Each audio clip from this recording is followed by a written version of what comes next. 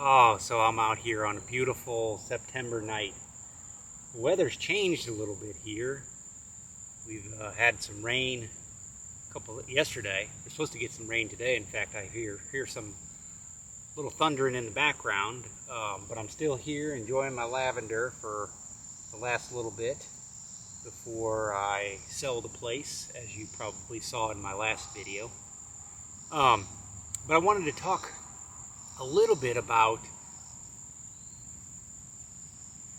had people ask, what do other people do with their lavender farms? And I thought, man, that'd probably be a good video to answer a lot of those questions, and also to introduce you to a lot of people I've searched for and places I'd like to go visit too, that do various things in the lavender kind of agritourism business. And so kind of wanted to highlight some of them, and I'll put all their links below in case you want to visit them. But there's some really, really neat things out there, some beautiful lavender farms. I feel bad because it kind of puts mine to shame, some of these places, because they've been in business for a long, long time, but they just do some really cool things that I figured maybe, even if you're not a lavender person, but going to visit some of these places, if you're up in Michigan or out in Albuquerque or up in Rhode Island, these are some of the places I'm going to highlight. But maybe it'd be worth your time to take an hour's drive out to one of these places and check them out. Maybe pay them a visit as far as helping their farm along, buying their products, because there's some really cool things out there. So, kind of in the agritourism sphere, if you will, let's kind of highlight a couple different farms that are sweating a little bit. So for starters, there's like wellness retreats. There's a really cool, and Michigan is kind of near and dear to my heart a little bit because it's where I first discovered lavender. But there's a wonderful farm. I haven't been to it, but it is definitely on my list. It's in Oceana County, Michigan, called Cherry Point Farm. They do, like, first of all, they got a beautiful farm. Second of all, they do like yoga retreats there. They do meditation in the lavender, and just kind of wellness workshops in and amongst the lavender.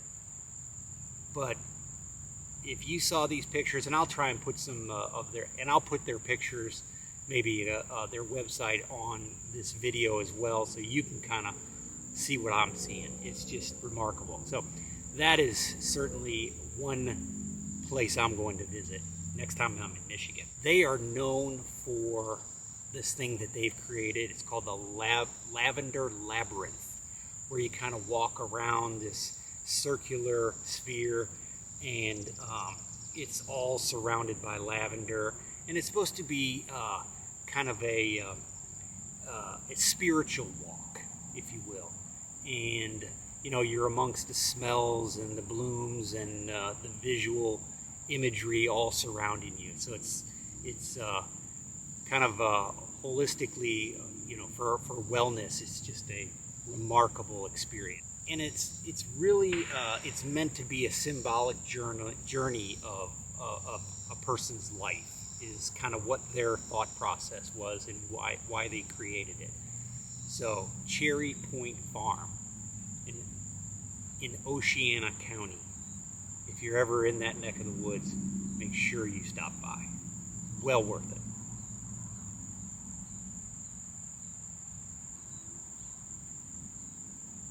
So there's a lot of Airbnbs too out there that are on lavender farms. One here in Tennessee is Mulberry Farm.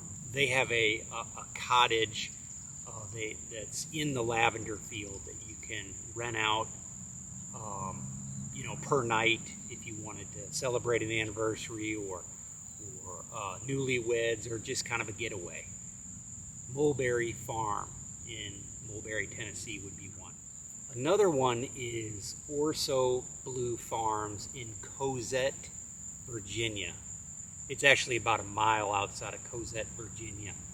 But it's also about 80 miles from Charlottesville, Virginia. They have a beautiful Airbnb as well, in amongst the lavender field, beautiful lavender field setting.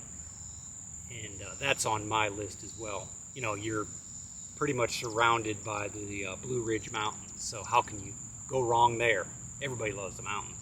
There's La Soledad Lavender near Harper's Valley, West Virginia. It's got a remarkable, it's kind of a barn setting, atrium barn setting over the top of a garage where you look out onto the lavender field. Beautiful lavender setting. And it's actually situated between the lavender field and the view, like an unobstructed view of the Potomac River. So that just makes for beautiful, you know, that would be a great place for anniversary or something like that. Well, anything, but just if you pick the right days with maybe in the fall with the leaves changing colors, beautiful.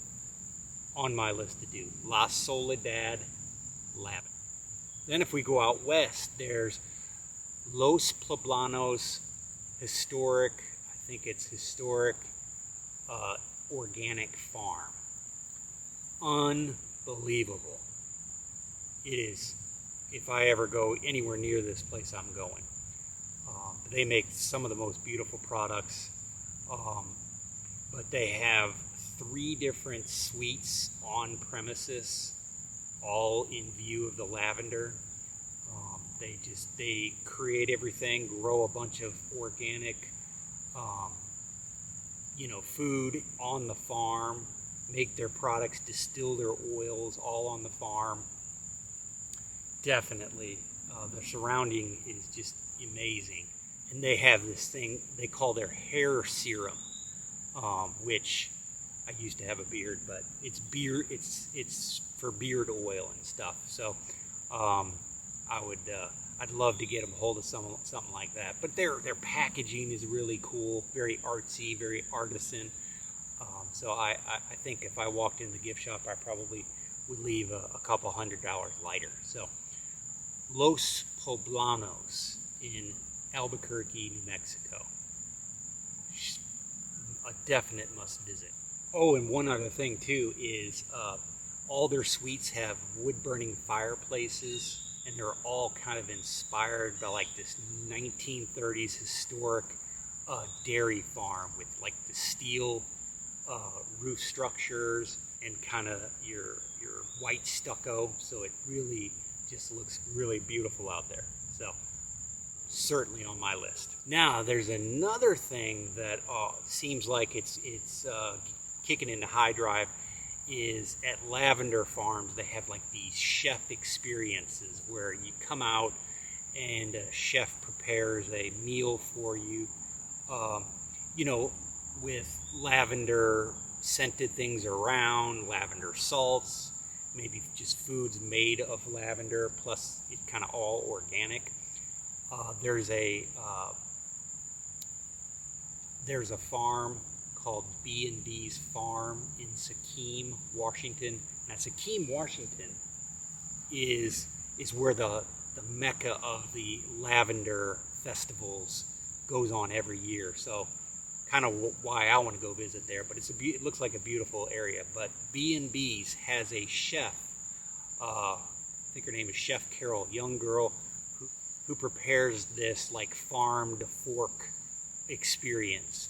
So if you're into that kind of a chef's experience with lavender on a lavender farm, go visit B&B's Family Lavender Farm in Sequim, Washington.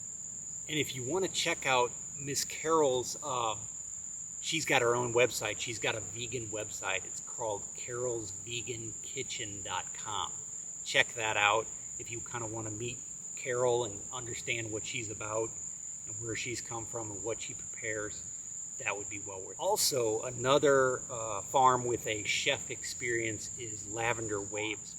And a little interesting story about this farm is I kind of ran into a documentary. I was just searching, I think it was on Netflix or something, or it It was actually a local TV station was highlighting this Lavender Waves farm.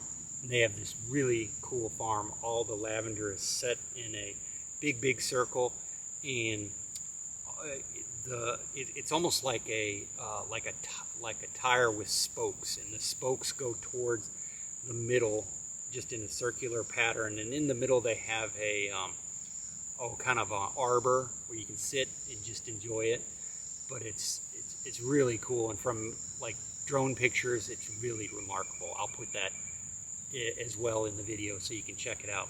So Lavender Waves Farm is actually in Wakefield, Rhode Island.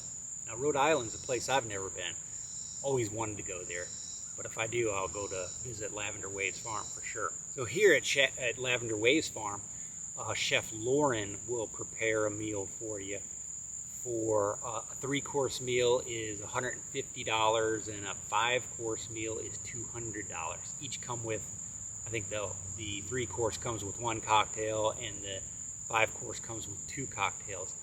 But she'll prepare it for you with a kind of a lavender-inspired meal, to where you're just, eating yourself to death of all this wonderful food prepared by Chef Lauren.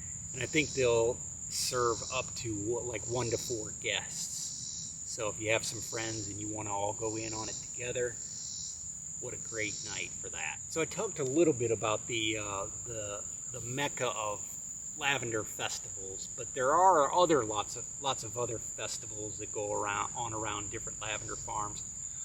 Indigo Lavender Farms up in Imlay City, Michigan. Michigan must have a lot of lavender farms. I think they got really good soil for it. Same with Wisconsin, really good soil for growing lavender. But Indigo Lavender Farm is known for their festivals. They have a fairy festival where they have kids come out, make crafts, and do all this fairy inspired activities and things like that. They have wreath making, where you can come out and learn how to make wreath out of lavender. They have oil distillation workshops. A lot of places have that, but this particular farm up in Imlay City, it just looks fabulous. They really seem to have it down to a science. It's very well organized, but oil distilling classes, very interesting, and I'd like to take one sometime. Indigo Lavender Farms goes in depth about this, shows you how to do it, lets you make your own. They'll also have planting workshops where they teach you how to plant lavender, important things about soil composition and, watering techniques, and what lavender varieties will do well in your zone and what won't. So they have a long history and experience, great people to learn from.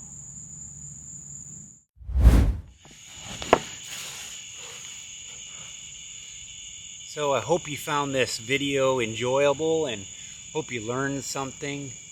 And there's just so many unbelievable farms, whether you're up in the Northeast in Rhode Island, or out in Albuquerque, or up in California or Oregon, even Wisconsin, even here in Tennessee. There's just so many beautiful lavender farms. So if you're like me, you want to visit them all. Unfortunately, time is difficult to do that, but one day I do plan on visiting a lot of them. So I hope you learned something about lavender and the enterprise of agritourism when it comes to lavender farms. And if you have any questions or comments, please comment below. I'm going to also include links to their websites, all the farms that I spoke about in this video, so that you can have a quick link to go visit their webpage. So go out and visit a lavender farm, even if it's out of season. Lots of great products, lots of great off-season activities, wreath making, distilling workshops and things like that. There's just so many cool things out there. Anyway, this video is getting a little long. Hope you all have a wonderful weekend. Happy planting. happier nursing.